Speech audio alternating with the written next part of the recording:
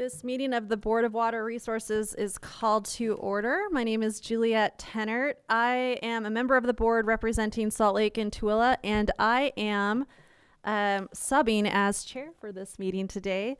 Mike Davis, who is our board's chair, was unable to make the meeting, so I am taking his place. He is excused from the meeting. And Tim Hawks, board member Tim Hawks, is also excused from the meeting today. So I think we should just do introductions and then we can jump into the agenda. So I will just go ahead and turn the time over to my colleagues to introduce themselves. I'm Spencer Jones, representing the Lower Colorado River Basin. Yes, good morning. William Merkley with the Green River District. Dale Buxton, representing the Bear River District. Brian Steed, representing Gray Salt Lake. Great, thank you. And can we have our board members who are participating online introduce themselves, starting with Dana Van Horn? She's on mute. You're on mute. Oh, Dana, you're on mute. Of course I am. I'm Dana Van Horn. I represent the Upper Colorado River District. And I'm Blaine Ibsen, represent the Severe River System. All right, thank you. Thank you for participating online. And as we normally do, because we are in a hybrid situation, we will do roll call votes on any action that we take today. I'll turn the time over to our director to introduce her team. Great, thank you. I'm Candace Hassenjaeger, and with us on our staff is Joel Williams, Shalaine DeBernardi, Marisa Egbert, Tom Cox, Ben Marett, Ani Baynard, Bradley Caldwell, Ethan Stainer. We have Shelby Cooley, Jessica Chun, Shannon McLeod is taking minutes. Thank you, Shannon. Sarah Schechter from our AG's office. And then behind the curtain doing all of our AV work is Paul Gedge. All right, thank you very much, Director. Just a couple of quick administrative things before we move on to the agenda items. We always hold a briefing meeting before our board meeting, and that meeting is public. It is streamed just in the way that this meeting is streamed. Minutes are available just in the way that minutes for this meeting are available. And so we had that briefing meeting at 8:30 a.m. today, and we appreciate the staff who briefed us on all of the action items that we will be taking today. And then I need to check with Shalaine just to see, do we have any, I know that we have one public comment item that came in. Do we have any others? Okay, thank you. So we had one public comment item come in, and I believe that will best be dealt with at your director's report, Candace. So I will flag us to deal with that item then, and then we can go ahead and go into the agenda. So our first item is the approval of minutes. So those are the minutes from our last briefing and board meeting. We've all had time to look at those. They're in our packet. Before I ask for a motion, are there any questions or comments about those minutes? Any changes that we need to make? Okay, everyone's quiet, so I'd be looking for an approval of those minutes. Madam Chair, I'll make that motion. Okay, we have a motion. Is there a second? I can second that. All right, thank you. Motion second. I don't know, any discussion? So let's go ahead and do roll call vote. Sorry, Candace. Appreciate that. Let me get on. Board Member Jones. Aye. Board Member Merkley. Aye. Board Member Buxton. Aye. Board Member Steed. Aye. Board Member Van Horn. Aye. And Board Member Ibsen. Aye. All right, thank you. Those minutes are approved. Next, the report of the hour. We've got Jordan Clayton, who's here to give us the NRCS snow report. Thanks for being here, Jordan. It's good to see you. You're dressed warm, so does that mean that we have good news? What do you call it when you want to, when you manifest? That's what I'm looking I like it. for. I like it. It's perfect. Well, thank you for helping us on that. Is the audio okay? Tasha started here. Does that look okay to everybody on your screens? Great. Yes, we can see it. Okay, my name is Jordan Clayton. For anyone that hasn't met me, I'm the supervisor of the Utah Snow Survey with the NRCS. I wanted to provide an update on where we stand as a state based on our water availability and our snowpack conditions. I also wanted to just spend a couple of minutes looking back at last year's water year. We haven't had a chance to do that with this audience yet, and so we'll have a couple slides talking about water year 2025 in summary, a couple quick highlights. So starting with that, water year 2025, what's shown here is the snowpack record from last year. I'll show a lot of these graphs. I show them in all of our meetings, and I think they're really useful. In all of these, the black line were the data as of those dates. Of course, this isn't current anymore, but you'll see current data shortly with these black lines showing the current information. You can also see how that compares to normal, which is the green line, and the range of observations, which is the different colored shadings based on percentiles. Utah's snowpack peaked a little bit early, but it was at about a normal level of snowpack for the state, about 14.3 inches. And then we had some early melt as well. You can see the rapid decline of our snowpack compared to normal last April. Of course, the snowpack was not abundant throughout the state. We had above normal snowpack for the third consecutive winter in northern Utah, whereas in southern Utah there was a really poor snowpack season. When we look at the snowpack at individual snowtell sites, which is where we measure the water equivalent of our snowpack, we can express these as percentiles. And for the dates that those individual sites peaked, we can see how well they fared compared to the previous observations. Where you see those red colors, those were in the bottom 15% of all observations. So we had some, particularly in southwestern and south central Utah, that were hanging out in that bottom 15% territory, which obviously didn't produce much runoff. Precipitation water year ended at the end of September. When we look at the snowtell sites, that accumulates all the snowpack, of course, information, but the precipitation accumulates through the summer as well, which is nice because it provides a holistic picture of what we've received year-round. As a state, we were a little bit below normal for Utah last water year. You can see how it compared from one basin to the next. Most of the state was in that 50 to 80% or so, 85% or so range of precipitation. There were a couple places where the precipitation was particularly poor. We had record low precipitation in the Pine Valley Mountains at our Gardner Peak snowtell site. We also had second lowest precipitation at 6 other sites, which are colored by orange dots on this map. So let me jump into how things are looking right now. I thought I'd sort of soften the blow with this nice picture that I took during the furlough. Here's a picture of where our snow water equivalent is as of today, or as of yesterday, I should say. The black line, again, is current data, and I have last year's data plotted on here as well for comparison. That's that light blue line. We're about 70% of normal, which is really not where we want to be, about the 13th percentile. Now, it's still very early. As you can see, our normals that we're comparing against are still pretty low numbers. And so I have been getting a couple calls from media, and I've been expressing kind of repeatedly, yes, we're not where we want to be, and it's particularly hard for the resorts, but from a water supply perspective, we have a long time that we can catch up. It would really be a couple nice inch or so level of storms across the state that would catch us up back to that normal level. You can see the distribution of where we received some early snow in October showing up in southern Utah with that blue color for the Escalante Paria. Elsewhere, the state is well below normal to the bottom 50th percentile for snowpack, as you can see on that map on the right. Precipitation, because of that early precipitation that we received in October, we started off the water year well, which of course starts on October 1st.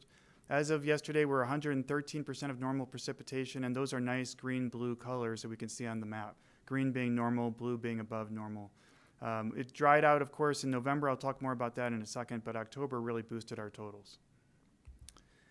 Air temperature I don't always talk about in these meetings, but because the anomalies that we saw in November, I thought I'd mention it. You can see what happened in November. I don't know if you can resolve the dates on the bottom, but it was around the 11th to 15th that we go above the range of previous observations there. We were setting new record maximums in Utah's mountains during those days. Again, this just considers our snowtell data, so we're not looking at valley locations. One item that's been really positive for us is that October precipitation really boosted our soil moisture in Utah's mountains. And we went from a situation where we were well below normal to well above normal soil moisture going into our winter season, which is something we always hope for. And so we are going into now our snowpack retention season, where we're going to have snow that is retained on the ground. Our soil moisture levels probably won't change much from here until the time that we start to get snow melt. And that's good news because, as we say all the time, when we have above normal soil moisture conditions, that does promote good runoff efficiency. It's not a one-to-one, but it does help in that regard. So we like to see that. Looking at statewide reservoir levels, I show this diagram all the time. The 2025 calendar year is shown with the thicker kind of purplish line. You can see the scale on the bottom there. We're ending the year right about the same as we did in 2020. Not great compared to the previous couple years, but better than we saw in 2021 and 2022. So we're kind of right in the middle of where we've been over the last 5 years as of December 1st from a reservoir capacity perspective. Statewide, about 60%. This is about 13% less than we were last year at this time. Now, if you look at the inset diagram, it's a little hard to see. Maybe I should have made that bigger. But you can see last year's percent of capacity for each one of those basins. That's the purple. Compare that to the green, which is the current year as of December 1st. And there's some pretty large drops, particularly for southern Utah. That's where those depletions are proportionally most significant. This is from the USGS. This is looking at the stream flow across the state. Now, this is not, quote, naturalized, so this does not, of course, account for how we manage water. So if we're storing more water in December, that's not accounted for in this kind of a diagram, is my point. That being said, the current line, the current trend, which is the black line in their graphs as well, I blew up on the bottom right side so you could see a little bit better. We're getting close to the record minimums for our observations for our stream flow in the state. Now to the Great Salt Lake. Current lake level is about 4191.5. It's about 6 feet below where we want to be. There's a pretty nice range that's been put together by this group, and I reference it all the time where 4198 is at about the bottom end of that optimal range, and we're a little bit more than 6 feet below that. You can see the snowpack in the basin on the left side there, reflecting very much the same trend as the statewide snowpack, and similarly also for the soil moisture in the Great Salt Lake on the bottom left. Now we are working on putting out a new water availability report. I'll talk more about that in just a second. As part of that, we produce these water availability indices. And what these do is they combine current reservoir storage with how much stream flow we're seeing across the state. And then we get percentiles. We can compare this to previous times for this time of year, how those reservoir totals compared, again, reservoir plus stream flow totals compared with previous observations. And we can get an index based on that and compare it to previous years. Where you see the green colors there, it's above normal for those basins. The red colors are below normal, well below normal for those basins. And anything that's not colored is kind of in the middle. All that said, I've kind of summarized for you on the right what I was hoping to take from this slide. We're at or above normal for those basins that are listed. Some really good news for some of those basins. We're concerningly low for the Upper Sevier, Sanpete, and Beaver, Eastern Uintas, and Little Bear in particular. Now, I'm always reluctant to talk about what's coming. I'm not a weather forecaster, but I will at least publish or include in my presentation 8 to 14 days. That's about as far forward as I like to project personally. But when I borrow from the Climate Prediction Center on the left side there, the 8 to 14 day precip outlook looks positive for northern Utah, not for southern Utah on the left side. And this inset diagram is from Open Snow, which does a nice job summarizing a bunch of different model runs going into the month of December. And I put a little red arrow there. They're expecting a change in our dominant atmospheric pattern around December 17th, which would provide all those colors on the diagrams, which just essentially shows that we're getting some precipitation based on those different model runs. So hopefully a different pattern change will emerge around mid to late December, which will produce some more precipitation. This is based on Alta. This is more of a positive story for northern Utah than southern Utah. All right, and then I'm just going to wrap it up with a couple of quick operational updates from the NRCS Snow Survey team. We are resuming our summer and fall monthly water reports. We haven't been doing those this year. The last report we issued was our last water supply outlook report in May. We are resuming those. We're rebranding a little bit. They're going to be called the Utah Water Availability Updates, which has got an unfortunate acronym of UAU or something. One thing that I'm excited about with these is that we're adding 12 new reservoirs that we've never previously included, and I've listed those here. All of these had excellent data records, and we have good access to current data, so we're going to move forward with these in our reports. We're also working with water rights to instrument some reservoirs around the state so we can get real-time data. This is a picture on the left side from Gunnison. We also have already completed the work up at Woodruff Creek, which is already being telemetered, which is excellent news because we can't get those data midwinter. our partner who gets to those sites can't get to there on the snow. So we're going to be able to get year-round readings from Woodruff Creek, which is a big improvement. And then just one other thing, I don't know if I've talked about this very much, but we've been improving our snow depth sensors at our sites. The previous version, which is called a JUD sensor, was great for a while, but they tend not to work well during storms, which is when we want the data most. And so we've been replacing those with those red circles and those blue dots, which are basically just better sensors. And that is about 85% complete. All right, that's all I have. I'm happy to take any questions, and thank you as always for including us in this agenda. Great. Yeah. Thank you, Jordan. Great information as always. Questions about the report, comments? And I think in the past we've had access to your slides. Will we have access to your slides? Yeah, I'm happy to either email them. They're already on this machine, but I'm happy to perfect. also. Yeah, we'll work with the staff maybe to pull them off the machine or have you forward them to us. Either way. Okay, great. Well, thank you very much. We appreciate it. Thank you. All right, take care. Okay, let's go ahead and jump into our projects. We're going to start with some of the ARPA secondary meters. And so why don't we just jump in? Okay, that's great. So Marisa will give us a bit of an overview, and then we can jump into action for these. And do you want me to give a little bit of the 12 million? Yeah. If you, Okay. yeah, Marisa, if you could just, grab again, my we papers. had a great briefing meeting, but if we could just get a little bit of the overview for the record in this meeting, I appreciate that.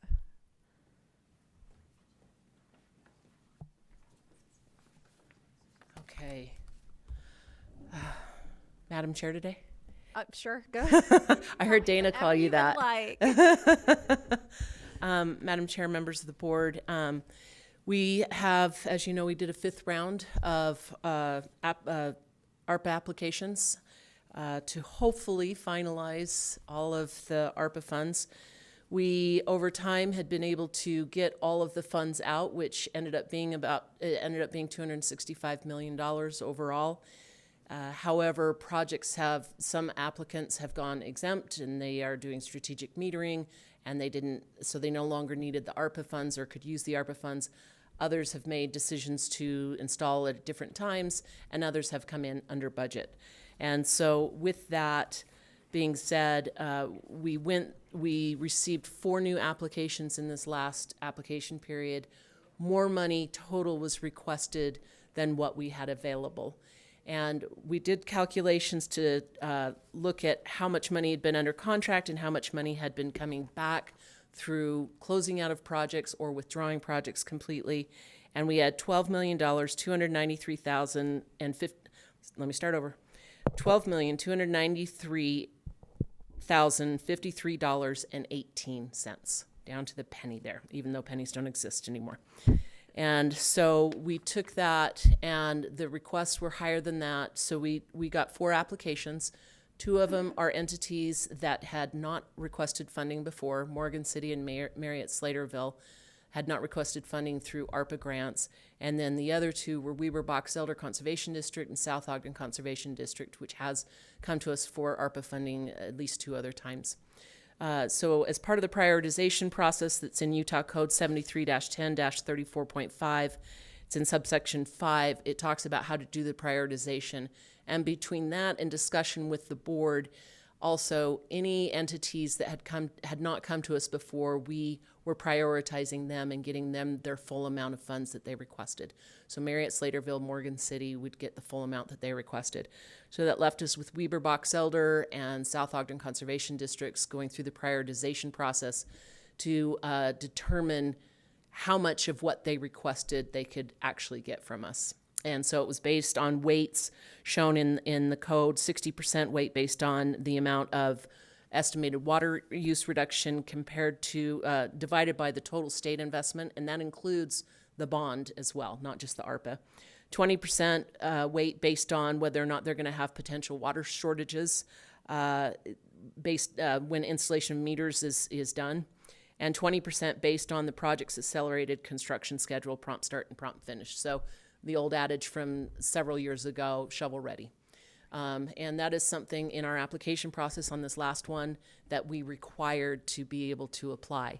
They needed to have a water conservation plan. They needed to have their unique entity identification number, and they needed to have design and plans ready to go, because we just do not have much time left to be able to get things in the ground and then reimbursed to them. So, and just a reminder, the federal guidelines over the ARPA funds, they are federal funds that came to the state of Utah, say that the funds must be spent by December 31st, 2026.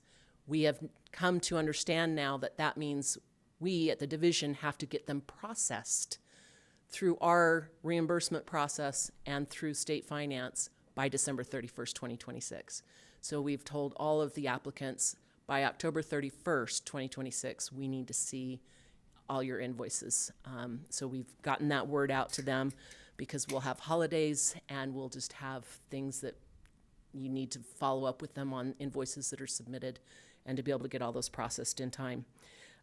So with that being said, I think, so we went through the prioritization process as we needed to, and it will show, the reports show how much is available to Weber Box Elder and South Ogden, the less than what they requested, but then that they have up to another more money that they could get if more funds come back to us. And we are hearing that more funds, other projects are coming in under budget, and that funds will be coming back. So we've got some caveat in there for them to possibly absorb some of those extra funds and keep them here in-house with us. So I will get this open. Any questions, comments? So as we roll into this, just for purposes of the record here, we had a good briefing on this during our briefing meeting. All of the information on the withdrawal that we're about to consider, and then the applications that we're about to consider, there's great detail and information that was provided in the board packet and board reports, and then we had the opportunity to be briefed on these applications during the briefing meeting and ask questions. We'll go ahead and go through them one by one, because there's specific announcements that we need to deal with. But we will also, if any additional questions have arisen between the briefing meeting and this meeting, we have the staff member who did the work on the particular applications here to answer questions, and then we also have representatives with us. And why don't we just go ahead and say who's with us right now. So from Weber Box Elder, we have Jeff Humphrey, who is the general manager, and Dan Johnson. Great. Okay, Dan's online. Please come have a seat, gentlemen. Okay, Marcus Keller. That's great. Yeah. Thank you. Welcome, gentlemen. And then from, let's see, Morgan City Online, we have Kel Watkins, Ty Bailey, and Mark Hartfinskin. I'm sorry. Matt Harfskin. I'm so sorry. I am just stumbling over words today. And then from Marriott-Slaterville City Online, we have Trent Meyerhofer online. So we'll go ahead and we'll take these one by one, and we appreciate the team being here if we have any additional questions, and we appreciate, gentlemen, you coming in person today. Let's go ahead and start with the withdrawal, if that's okay. So does that Madam Chair, work? if I may. Yeah, go ahead. Can we ask who Jamie Christofferson is with? I don't know who they're with. There's 3 people there. Yeah, we have Jamie They're online. Christofferson is participating online. Jamie, who are you representing? Sorry, I'm not sure how Jamie Christofferson got put up there. I'm Trent Meyerhoff with Marriott-Slaterville City. I have Shane Taggart. And Oh, Zach great. Lovell. So, sorry, I'm not sure where Jamie Christofferson came from. Sorry, that's what she showing up. With Okay, 2 that's great. E's. All right. So the Marriott-Slaterville team, go through who's with you one more time. So I'm Trent Meyerhofer, the Community Services Director for Marriott-Slaterville City. I have Shane Taggart, which is our city engineer. Great. And I have Zach Lovell, who's our Community Development Director. So, Okay, excellent. Thank you, gentlemen. All right. not quite as hard because it's big as Well done.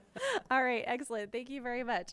So should we process the withdrawal first? Is that Yeah. the way we should handle this? And if I may, we're processing, usually we do withdrawals at the end because they're not necessarily affecting anything. This one does affect the ARPA funds because we based the amount of money that we can authorized today based on this withdrawal coming through. So we're asking the board to do it first, so then it's formally available for the rest of the processes. And this is Mount Pleasant City, excuse me. Great. And All right. Thank you. So let's go ahead and deal with that one first. So RM 085, Mount Pleasant City is a withdrawal. Before I look for a motion, I just want to give the opportunity if we need to have anything else clarified or answered for us. Are there any questions on the Mount Pleasant City withdrawal?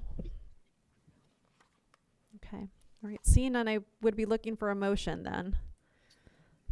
Madam Chair, this is Blaine Ipson. I would like to make a motion that project RM 085 for Mount Pleasant City be withdrawn from further consideration by the board. Thank you. Is there a second? I'll second that. All right, thank you. So we have the motion by Board Member Ipson, seconded by Board Member Merkley. Is there any discussion? Let's go ahead and do the roll call vote. Great. Board Member Jones, Aye. Board Member Merkley, Aye. Board Member Buxton, Aye. Board Member Steed, Aye. Board Member Van Horn, Aye. and Board Member Ipson. Aye. All right, motion passes and that withdrawal is approved. So let's go ahead and go on to the next application then. Thank you, gentlemen, for being here. RM 129, that's the Weber Box Elder County Conservation District application. Before we look for a motion, are there any questions or clarification that the board would like? Right. All right, seeing none, I would be looking for a motion. Chair, I'd like to make a motion, please. Yes, please. I would like to I would like the board to authorize and commit 60% of the project costs up to $10,029,111.11 as a secondary meter grant with up to an additional $1,449,488.89, depending on the availability of additional funds at the time of reimbursement. Do you want me to make the second motion altogether? Can we do this all in one? Yeah, let's keep this all in one. Thank you. Okay. And also that the board authorize up to $7,737,000 as a loan, and that the bonded indebtedness be returned at 1% interest over 15 years with annual payments of approximately $600,000, including reserves. Great, thank you. Is there a second to that motion? I'll second that. All right, thank you. So we have a motion by Board Member Van Horn that's been seconded by Board Member Jones. Is there any discussion to that motion? Let's go ahead and do roll call vote. Board Member Jones, Aye. Board Member Merkley, Aye. Board Member Buxton, Aye. Board Member Steed, Aye. Board Member Van Horn, Aye. and Board Member Ipson. Oh, are you Board gonna Member Ipson, could we see we don't hear your audio. Can we see a thumbs up or thumbs down? Aye. Oh, thank you very much. All right, that motion passes and this application is approved. You didn't have a lot of work here today, gentlemen, but thank you for being here. And we're here for the second one. Oh, you're here. Okay, well, we'll go through the second. Well, maybe there'll be questions on that one too, but I did want to make the point. Thank you so much for, it's good to have these additional funds, but it's a lot of work to deploy these funds towards a really great purpose. So thank you very much for helping the state with that. All right, so let's go ahead and go on to RM 130, which is the South Ogden Conservation District application. Before we look for a motion, are there any questions or comments or any additional clarification that's needed on that one? All right, Board Member Van Horn, I'd love a motion on that one. Happy to. I would like the board to authorize and commit 60% of the project cost up to $1,784,942.07 as a secondary meter grant with up to an additional $403,857.93, depending on the availability of additional funds at the time of reimbursement. And also move to authorize up to $1,584,000 as a loan, and that the bonded indebtedness be returned at 1% interest over 15 years with annual payments of approximately $123,000, including reserves. Thank you. Is there a second? I'll second. Great, thank you. We have the motion by Board Member Van Horn, seconded by Board Member Steed. Is there any discussion? Let's do the roll call vote. Board Member Jones. Aye. Board Member Merkley. Aye. Board Member Buxton. Aye. Board Member Steed. Aye. Board Member Van Horn. Aye. And Board Member Ipson. Aye. All right, thank you. Chair rules that motion passes and that application is approved. Thank you, gentlemen. We appreciate you being here. Oh, If thank you you. weren't here, we would have had very specific questions That's that why would I have come came. up. Just in So case yeah, they came up with Yeah. the two unique entities. Ex- It's hard to keep them together. exactly. Working with Annie and Marisa through this whole process has been great. So Thank you. Well, again, many, many thanks. We I appreciate thought the you. board was going to ask to make sure if you're really going to spend this funds because they need you to. it will be spent by July at our schedule. So. Okay, that's yeah. But just and again, that October 31, 2026 day is incredibly important for us. So thank you. It's good to see y'all. All right, let's go ahead and move on then to that next application, which is RM131 Morgan City. Any questions or additional clarification that the board would like on this one? All right, seeing none, let's go to Board Member Van Horn. I would like to make a motion that the board authorize and commit 60% of the project cost up to $173,000 as a secondary meter grant. Thank you. Is there a second? I'll second. All right, seconded by Board Member Steed. Any discussion? Roll call vote. Okay. Board Member Jones. Aye. Board Member Merkley. Aye. Board Member Buxton. Aye. Board Member Steed. Aye. Board Member Van Horn. Aye. And Board Member Ipson. Aye. All right, thank you. Chair rules that motion passes and that application is approved. And to the Morgan City team that is online, thank you again so much for making yourselves available, and we appreciate just again all the effort on this program. Let's go ahead and move on to RM133 then, which is that Marriott-Slaterville City application. Any questions or additional clarification on that one? And again, for the record, we went over this during our briefing meeting and then also had the full materials provided to us in advance to review. And so we appreciate the staff for making sure that we're well briefed in the information. Our staff is available if we have any questions, and the Marriott-Slaterville team is available online if we have any questions or additional clarification that we need. All right, if there's none, we'll go ahead and look for that motion.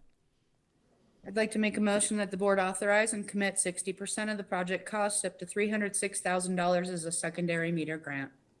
All right, is there a second? I'll second. All right, thank you. Seconded by Board Member Steve. The motion was made by Board Member Van Horn. Any discussion? Let's go to roll call vote. Board Member Jones. Aye. Board Member Merkley. Aye. Board Member Buxton. Aye. Board Member Steed. Aye. Board Member Van Horn. Aye. And Board Member Ipson. Aye.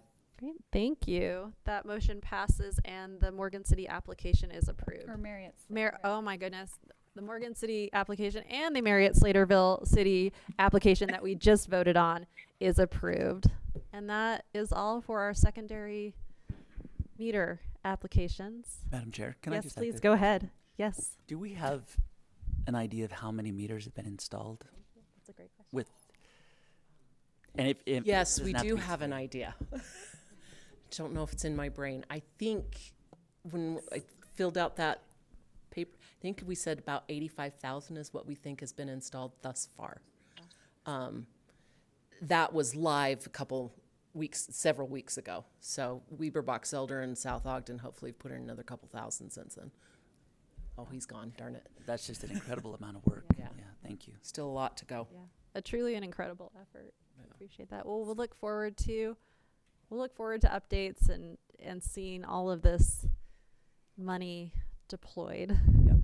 Great. Exactly. Thank you. Okay, let's jump on over to the special items. We have a reauthorization, and that is RE 445, the Veyo Culinary Water Association. Tom's coming up to give us the presentation, and online. Oh, come on up. That's great. Thank you so much for being here. Let's see. we've got Mr. Hughes, right? Is that okay? Yeah. So Slade Hughes, and you are the manager for the association. Great, thank you. Welcome. This is in Board Member Jones's area. Before we turn the time over to Tom, is there anything that you'd like to share on this one? Not that I can think of, other than I think that it'll be good to see some concrete tanks replaced. So. All right, Tom, take it away. So, Madam Acting Chairperson and the members of the board, the Veyo Culinary Water Association is located in Washington County. It provides culinary water to the community of Veyo. They have about 338 existing connections with some other potential connections that don't have houses built on those lots yet. So the water system is supplied from springs and a well. They have they have 4 water tanks in the system, over 6 miles of pipe. The system's divided up into different pressure zones, so different water tanks supply water to different pressure zones. One pressure zone in particular has 2 water tanks. One's about 120,000 gallon tank that's made out of riveted or plates that are bolted together. The other is an old brewery tank. Both of them are rusting, and the riveted one is leaking. And when I was down there 4 years ago, there were streams of water spraying out from the joints in that tank. So they're kind of in bad shape. So the association is before the board today for a project to construct one 500,000 gallon concrete tank to replace those 2 water tanks that are in bad shape. And they're located in the same area. So the water tank is proposed being built in the same place to replace those 2 tanks. So in the 4 years since the project was authorized by the board, and hence that's the reason they're here today, because 4 years has passed and the board guidelines state that the projects need to be reauthorized. So the project cost has gone up about $120,000 or so. So currently the proposed cost sharing is 85% of the project cost from the board and the other 15% from the association. So staff recommends the board reauthorize 85% of the project cost up to $1,076,000, and that the project be purchased at 1% interest over 30 years with annual payments of approximately $41,700. So just maybe a comment on how we came up with the interest rate and the number of years in the terms. The board's affordability guidelines state that residents of Veyo should pay in the neighborhood of $49 per month per connection for all water. Currently and with this proposed loan, they'll be paying about twice that. So that warrants a lower interest rate and an extended repayment period. So that is staff's report. Thank you. Are there any questions? Do you have a timeline of when you're going to be starting this project? Soon. We plan to start as soon as the weather permits us here in the spring, hopefully, or early spring. Okay. So we had to work through some internal issues. Took us a little while to get here, but our board is on board and ready to go now. So Great. Good. Okay. Thank you. Thank you. Just a question for Tom. The terms, and I think you did mention this, but just to make sure that I capture this, the terms, the 30 years, 1%. You explained, why those terms were the way they were. That hasn't changed from the original authorization? No, the 1% 30 years was authorized originally in 2021. Thanks for confirming that. I know you said it before, but thank you for confirming that. Other questions or comments?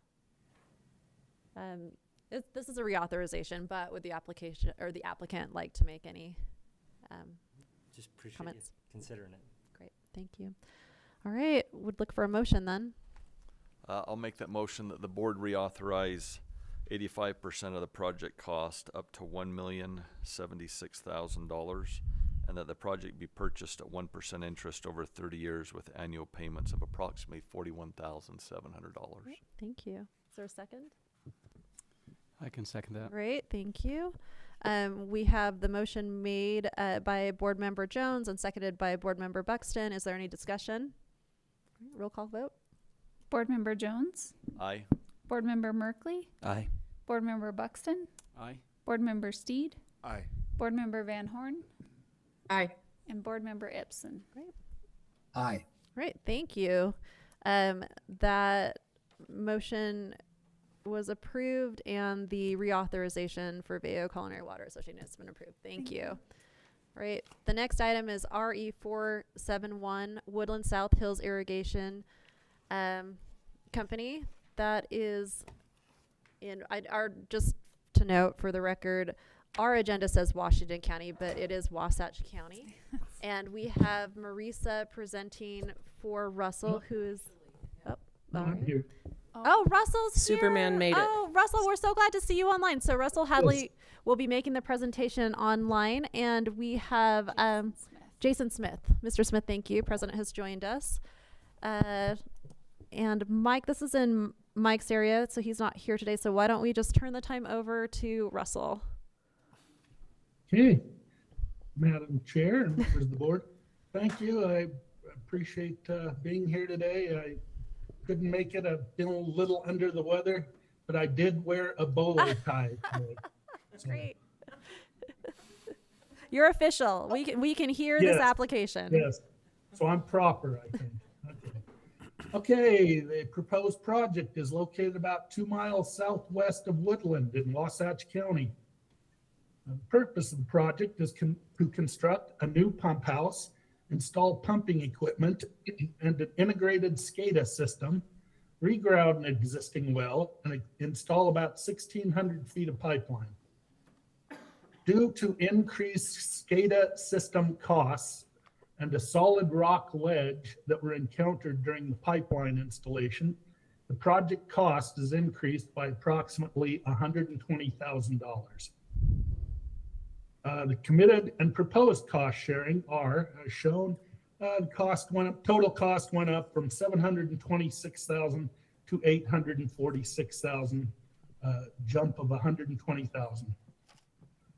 The board originally provided 85% of the project cost up to $617,000 with repayment terms of 0% interest over 30 years with annual payments of approximately $20,600. And just today for my final staff recommendation, I've got something very special for you. First ever staff doing a recommendation in a cowboy hat. Staff recommends the board commit an additional $102,000 and amend the purchase agreement to state the board will provide 85% of the project cost up to $719,000, and that the project be purchased at 0% interest over 30 years with annual payments of approximately $24,000. And that is staff's report.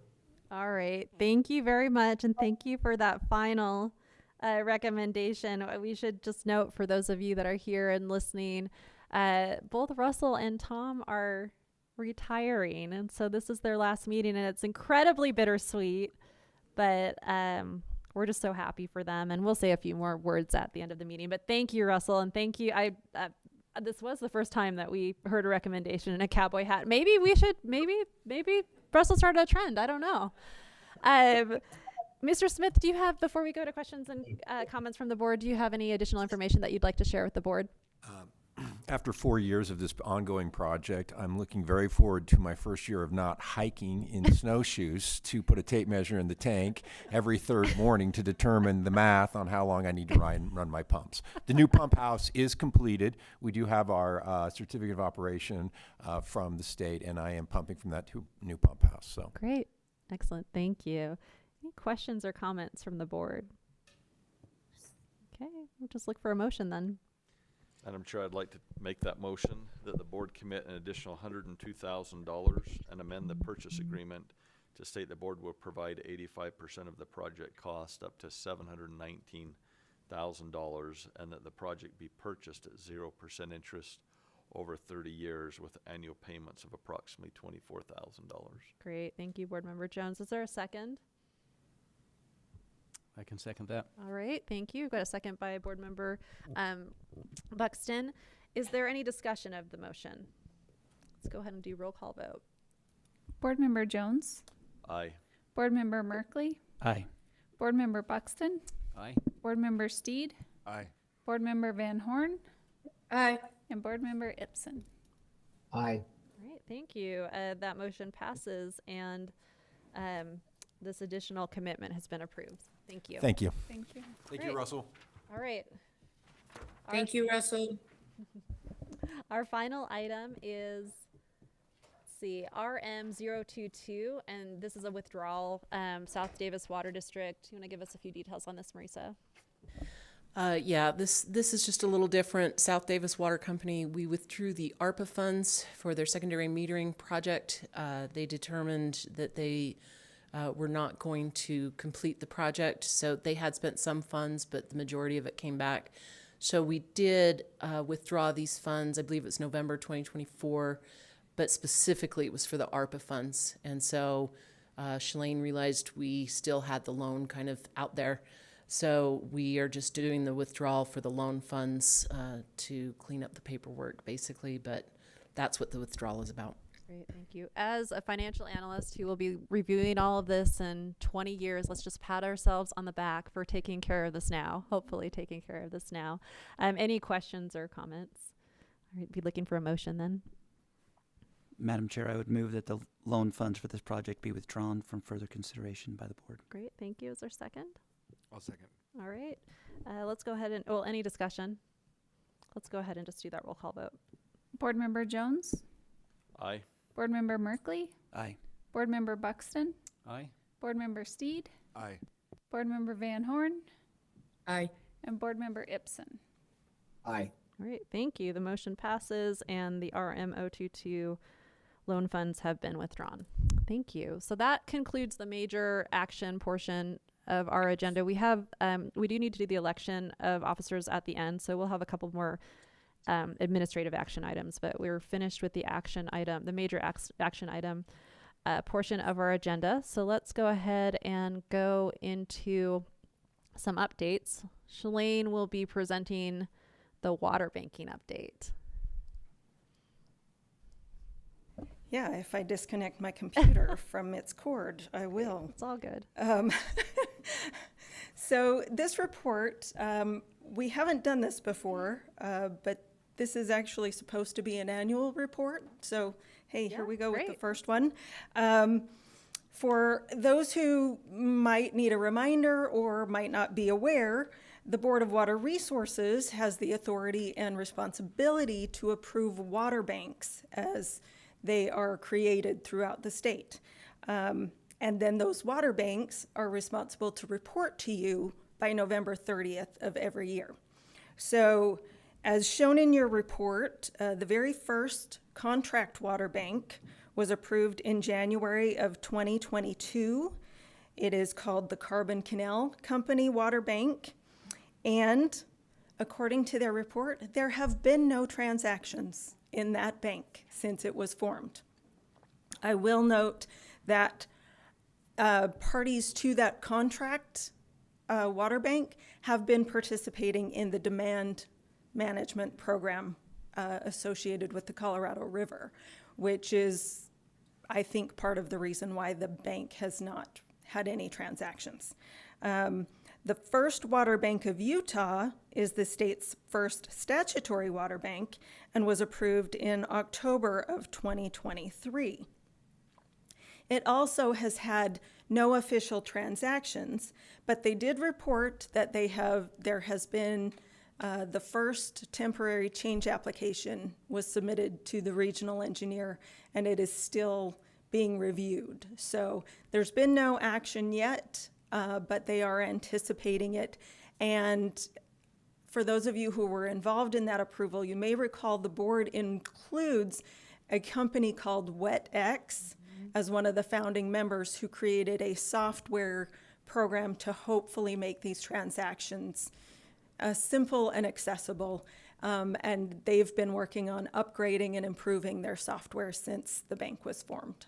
So that is staff's report. There is no action needed.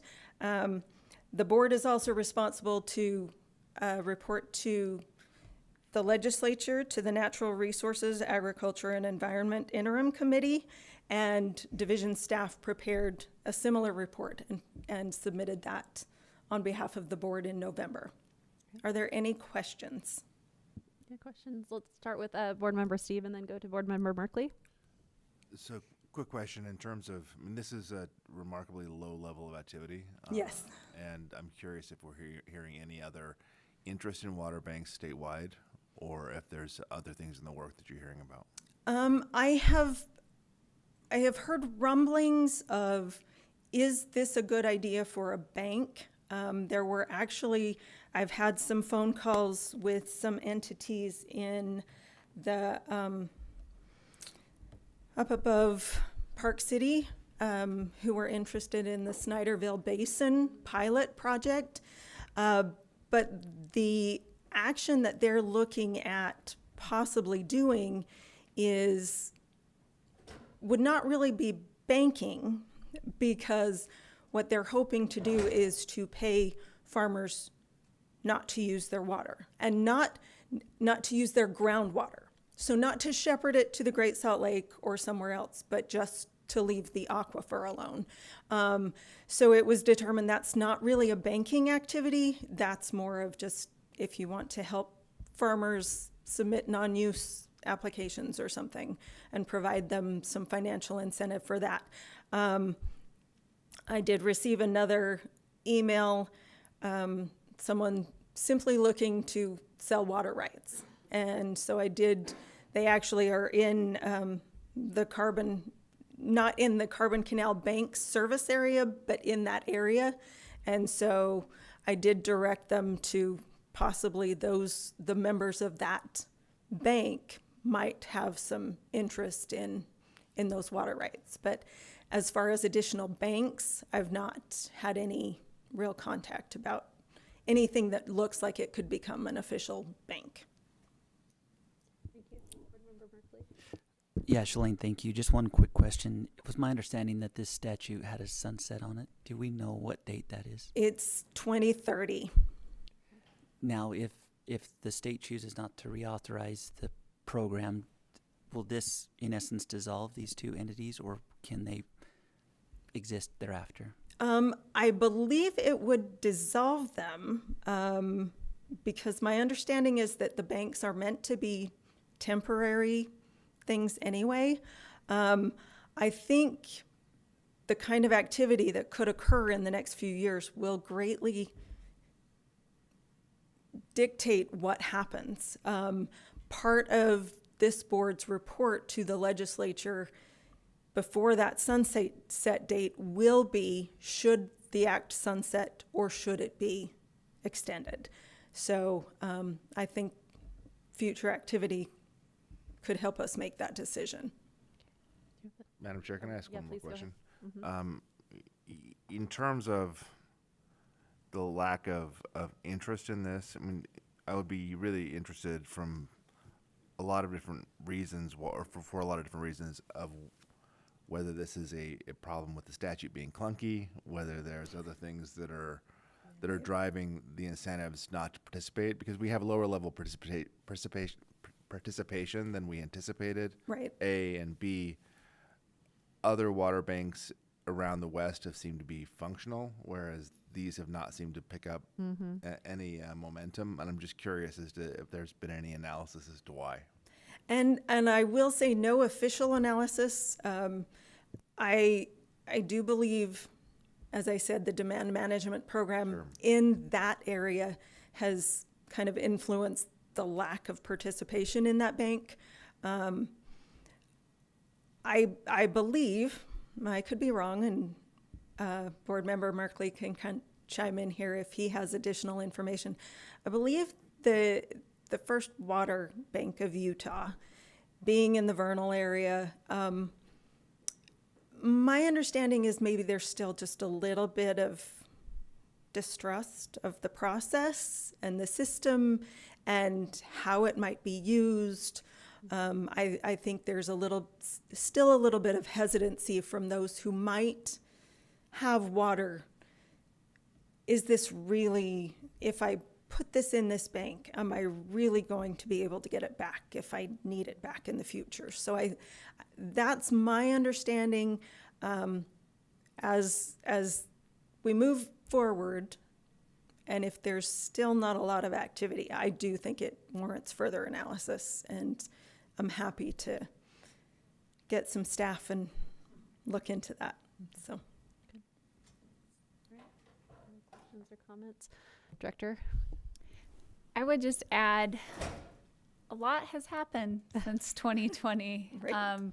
And part of the tools that have been developed with the in-stream flow statute and things have created easier mechanisms than to go and set up an official water bank through this process. So I think there is an opportunity to reevaluate this. I think water markets will continue. They've happened before water banks existed, the formal statutory water banks, and they'll happen after it. So it wouldn't surprise me if, even if this statute goes away, that there's still mechanisms for markets to take place.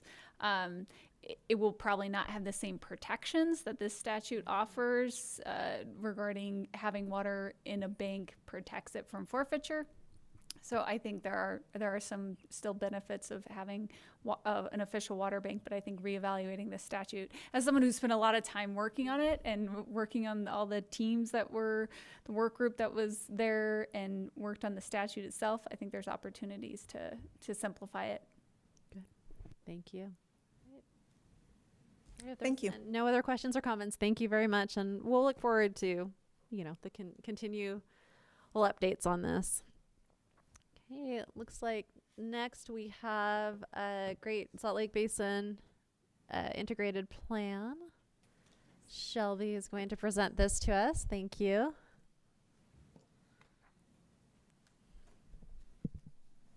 Excellent. Thank you very much. All right. Good morning. I don't have a cool cowboy boy hat, but hopefully It's this. all right. It's all right. Maybe you have one on in spirit. Yes. Not as cool as Russell, but I'm Shelby Cooley, and I'm just giving a general overview of the M&I Conservation Opportunities Report that is part of the Great Salt Lake Basin Integrated Plan. This was completed in August of this year, and our consultants were Jacobs and Hansen, Allen, and Luce. There was a lot of collaboration with division staff on this, like Jack Heinzman on his green space model, the water demand model team, and water savings estimates from landscape conversions from Candace Shively. So shout out to our great staff for their help with this. The full report and fact sheet is located on our website, water.utah.gov. If you go to the projects tab, there's a Great Salt Lake Basin Integrated Plan page, and it's in the Phase 2 tab. I also handed out this 2-pager, which is a good overview of the findings of this report.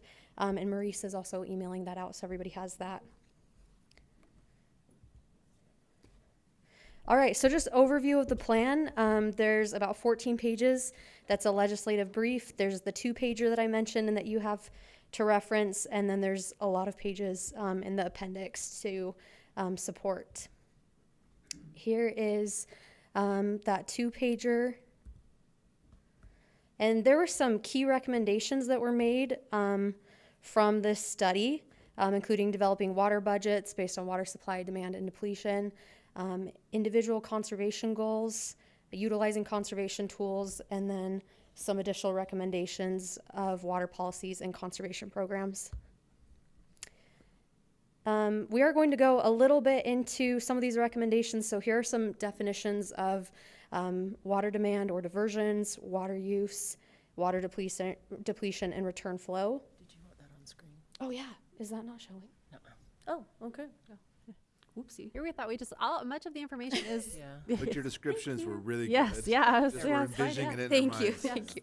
Okay, perfect. I'll just flip through these real quick. So here's a description of the breakdown of the report. That's that 2-pager that you guys have, and also an email and online.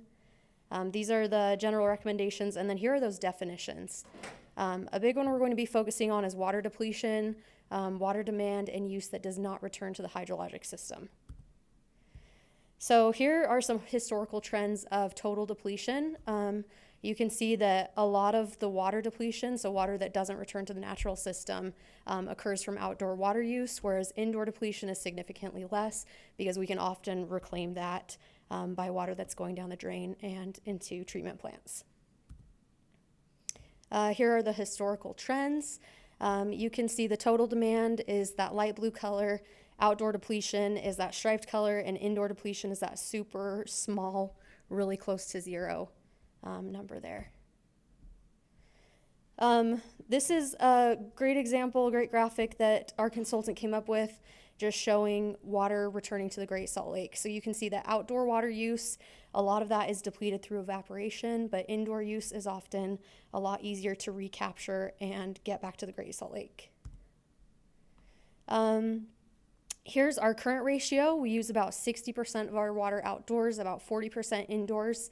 And the predicted future is that we will have an increase in indoor water use and a decrease in outdoor water use from changes in our landscaping.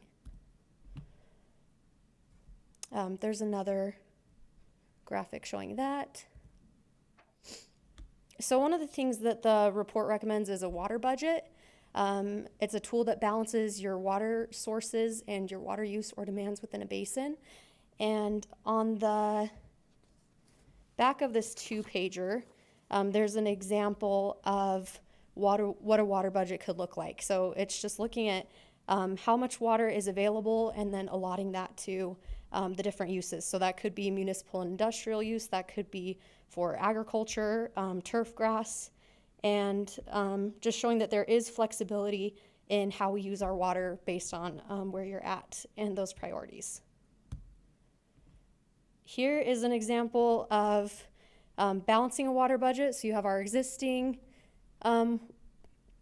water budget and then what the future could look like. You can see that we could have more of the municipal and industrial water use, the M&I water use, making it back to the Great Salt Lake through landscape changes. And some of these recommendations that come out of the study, and this is covered in my board support report, is to continue to reduce our current depletion, and that's through programs like grass replacement programs. They recommend that we focus specifically on non-functional grass like park strips and also tax-exempt land. Allotment-based rate structures, adopting those tiered rate structures, and efficiency programs, so like rebates, educational initiatives. They also suggest promoting regional collaboration through supporting sustainable water use, reducing obstacles, and then limiting future depletion through state legislation and regional depletion budgets. Here are some examples of some potential depletion savings and just overall potential water savings of turf replacement programs. And again, they do focus on non-functional turf grass like park strips and tax-exempt land because there's often large amounts of grass on tax-exempt land that may be non-functional. Allotment-based tiered rate structures and efficiency programs. Here are some other examples of depletion reduction estimates from different programs and the cost of that, along with some notes. Under promoting regional collaboration, they recommend collaborative strategies to balance basin-wide water supply and demand, and then reducing those obstacles that hinder the adoption of some of these practices. Under limiting future depletion while supporting future population. This is where the state legislation for water-wise policies comes in, and those regional depletion budgets that are on the second page of that 2-pager. They also recommend some strategies, and these include some strategies that we already have, like water conservation plans and general plans. So this is just a general overview of that report. There are a lot of appendices that can go into depth on this, but the main recommendations are to continue to reduce current depletion, especially through grass replacement programs, tiered rate structures, and efficiency programs, to promote regional collaboration, and to limit depletion while supporting future populations. Do you have any questions? It's a great report. Thank you. Yes, please go ahead. I apologize for the question, but could you help me understand what tax exempt lands we're referring to? Yeah, so tax exempt lands are probably like your churches, governments, government properties. So some of the properties that might be viewed as like kind of an example to the community that aren't paying taxes. Thank you. Other questions or comments? Great. All right.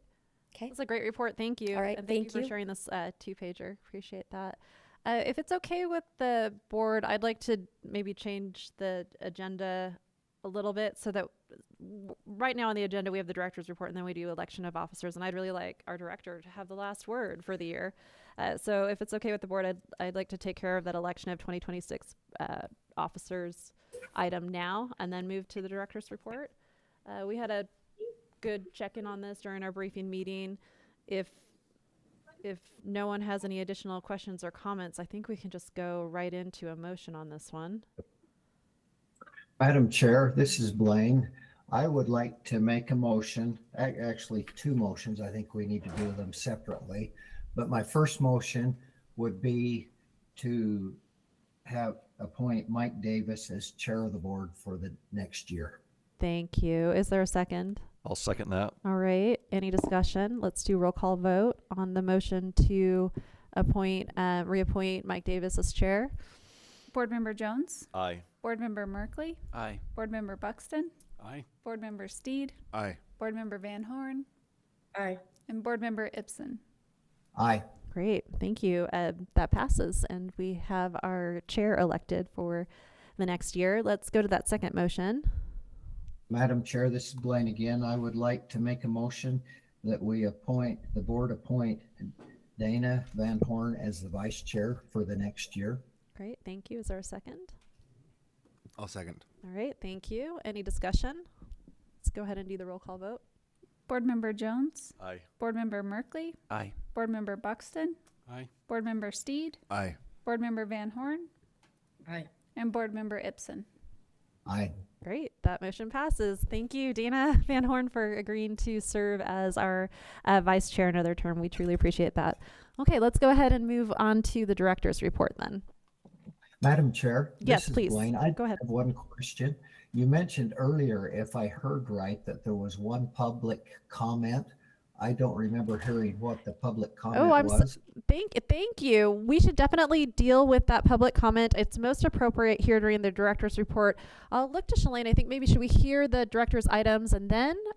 Okay, great. Let's go ahead and thank you. Let's go ahead and hear that. Let's take care of the public comment if that's okay, and then we'll go on. If you'd like your director to have the final say. Yeah, good point. Then we'll Good go point. ahead and make this comment now. And I thought it was great that they took the time to make this public comment. The public comment is from Rick Smith with Davis and Weber County's Canal Company. And this is what he stated. We wanted to publicly thank Tom Cox for the many years and projects he has helped us with over the last 2 to 3 decades. We have had several projects, secondary water and canal, with the Board of Water Resources, with the majority overseen by Tom. He has been a great asset to Water Resources and has done his job well. He is a friend to the water community. We wish him the best in retirement. We would also like to thank Candace Hassenjaeger for her work with the Division of Water Resources and most recently as the director. We wish her the best too in her new role. So that is the only public comment we received. We appreciate that. Thank you for reading that public comment in. We're glad that it's going to be officially on the record. I almost have to say thank you to Rick for actually writing out a very eloquent thank you to some of our team that is moving on to other things other exciting things. So let's go ahead and let Candace do her director's report, and then we as a board should take a little time, if you're okay, to give our kudos as well in the same, in the trend of what Rick has shared with us. Awesome. Thank you, Madam Chair.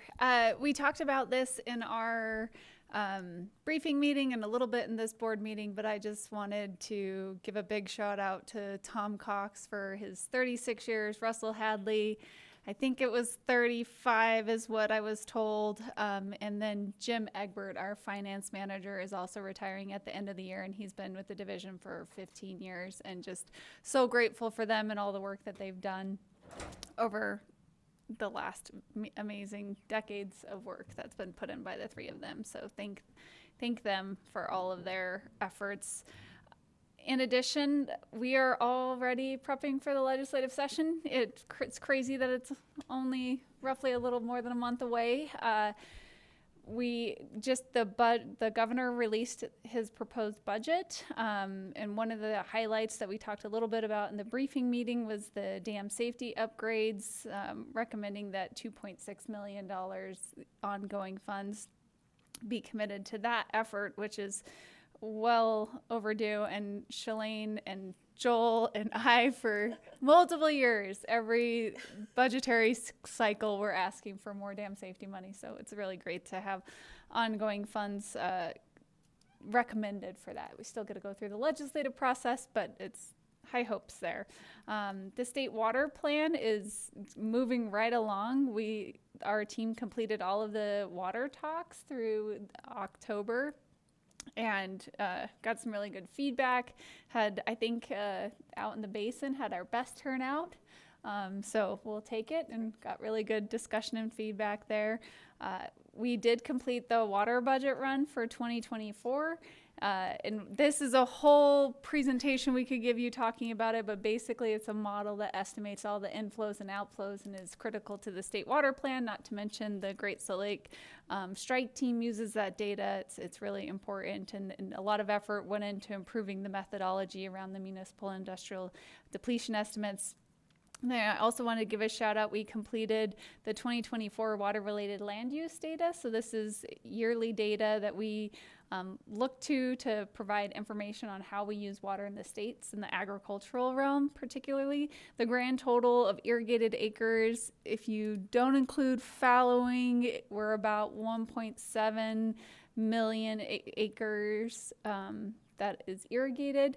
Our top 3 irrigated crops are alfalfa, grass, hay, and corn. So a lot of work goes into getting that data, which feeds into the water budget. So just wanted to give a shout out to the team who completed that as well. We are still continuing to work with the Water Development Coordinating Council and the Unified Water Infrastructure Plan. We held public meetings in October, had a great response, and got feedback into the prioritization process. So we're currently working with our consultants to make the changes there. And I know Shalaine and Sarah are working hard on developing rules as well. The Utah Project portal is also open and live, where we previously had people submit projects via a spreadsheet. Now they can do it in a project portal, and they each have their own logins, and they can maintain them and all of those things. And yeah, a lot of work went into that as well, and we were able to leverage work that was already being done by the Governor's Office of Planning and Budget, as well as CIB, on that project portal. We expect to have a draft plan in early January, so we'll look forward to giving that to this board as well. And then also we completed the fee study that we previously talked about, and presented that at legislative meetings in November.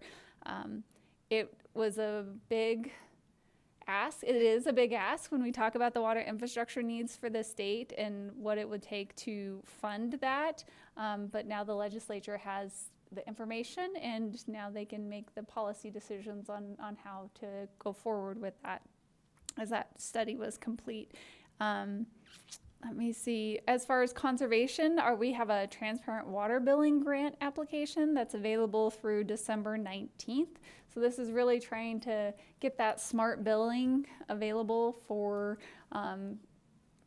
really water system cities, but really at the end of the day, it's the end user who will be using that bill to understand how they use water and providing better information. So think of it like a smart energy bill that you've received where it's, you know, maybe has a smiley face of if you did good, or kind of compares you to your neighbors, or those type of things. So looking forward to seeing those grants be submitted as well.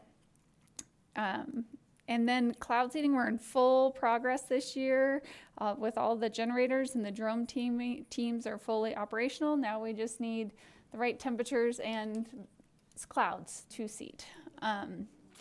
Our Great Salt Lake Basin Integrated Plan, really appreciate all the work that's going on there. We've been working closely with the Bureau of Reclamation and finally got a contractor in place to do the modeling on that. So Hydros and Precision Engineers will be doing the modeling. And they are both like the top of the line riverware modelers in probably the country, and done a lot of work across the Colorado River Basin and others. So we're excited to have them work on the Great Salt Lake model as well. And then we're wrapping up several individual projects, including the opportunities cost and cost of agricultural water optimization, dust mitigation for Great Salt Lake and the options and costs with that, functional flows for the Great Salt Lake Basin streams, and then also trying to understand evaporation loss quantification in and around Great Salt Lake. A lot of the time it's, when we talk about the amount of evaporation off of Great Salt Lake, it's a back of the envelope calculation, because we know the inflows, we know the evaporation, so we're trying to improve that understanding with actual measurement of the evaporation. We had a Bear River Commission meeting on November 18th, and then we'll have the next one in Idaho on April 14th. And then finally, I just want to talk a little bit about the Colorado River. We had a Upper Colorado River Commission work group meeting this last couple of weeks, and the Bureau of Reclamation provided a hydrology highlight, or maybe low light. As of December 1st, Lake Powell is about 29% of its live storage. The most probable forecast for water year 2026, when we talk about the unregulated inflows into Lake Powell, is about 7 million acre feet. And really, I mean, 12 is average. We wanted 15, 12 is average, but now we're about 7, so it's not great. That's about 1 million less, 1 million acre feet less than November's forecast. So that really warm November had consequences to estimated inflows into Lake Powell.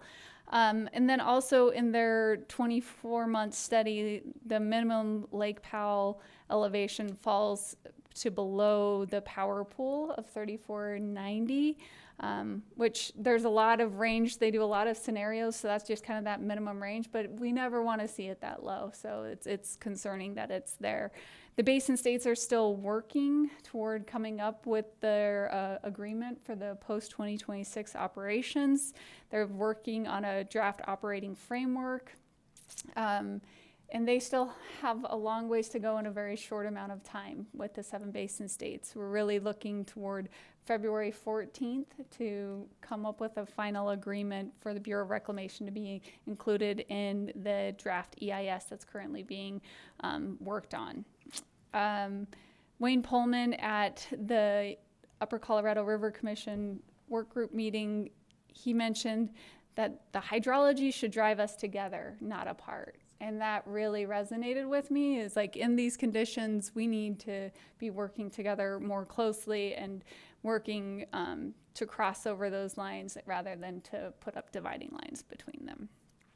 And then finally, this is a bittersweet moment for me, as this is my last board meeting. And it feels a little bit like the Return of Kings from The Lord of the Rings. I don't know if you guys have seen that, but at the end of that movie, you're like, is this movie ever going to end? Because you hear like 5 different iterations of goodbye, and it feels a little bit like that, but I'm looking forward to continuing to say that. And there's been a lot of last times that have started to occur this month, so then this happens to be my last board meeting. The last 4 years as director has been life-changing, and I've learned a great deal from each of you.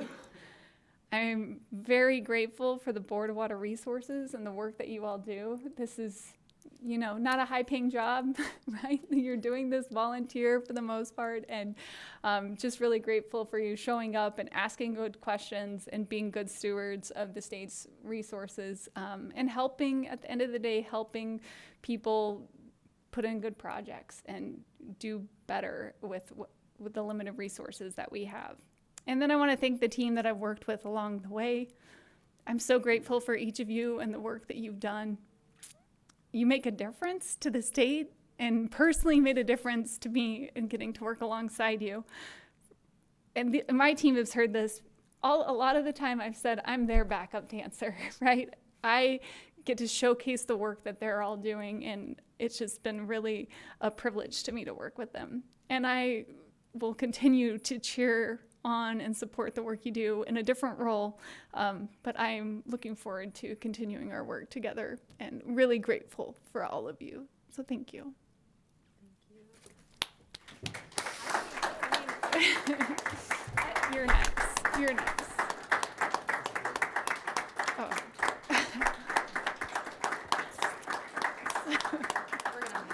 I'm gonna miss you guys. I think it was really important to let our great director have the last word. And so I'd like to adjourn the meeting, and then of course we can share our well wishes with her and our, you know, Tom and Russell. But let's let that be the last word, if that's okay, and go ahead and look for a motion to adjourn. I'll make a motion. Oh, you go ahead. Sounds like we've got a motion from a couple of our board members with a second. All in favor? Aye. All right. Happy holidays. Hope to see many folks at the luncheon, and it's just a very bittersweet day. But I've got to say, my just observation is, but you know, to those of you that listened to your last meeting, you're leaving things in really good hands with your team, and that's, I mean, a testament to you all. And so, just thank you. Thank you. All right. It's good. It's a good meeting. All right.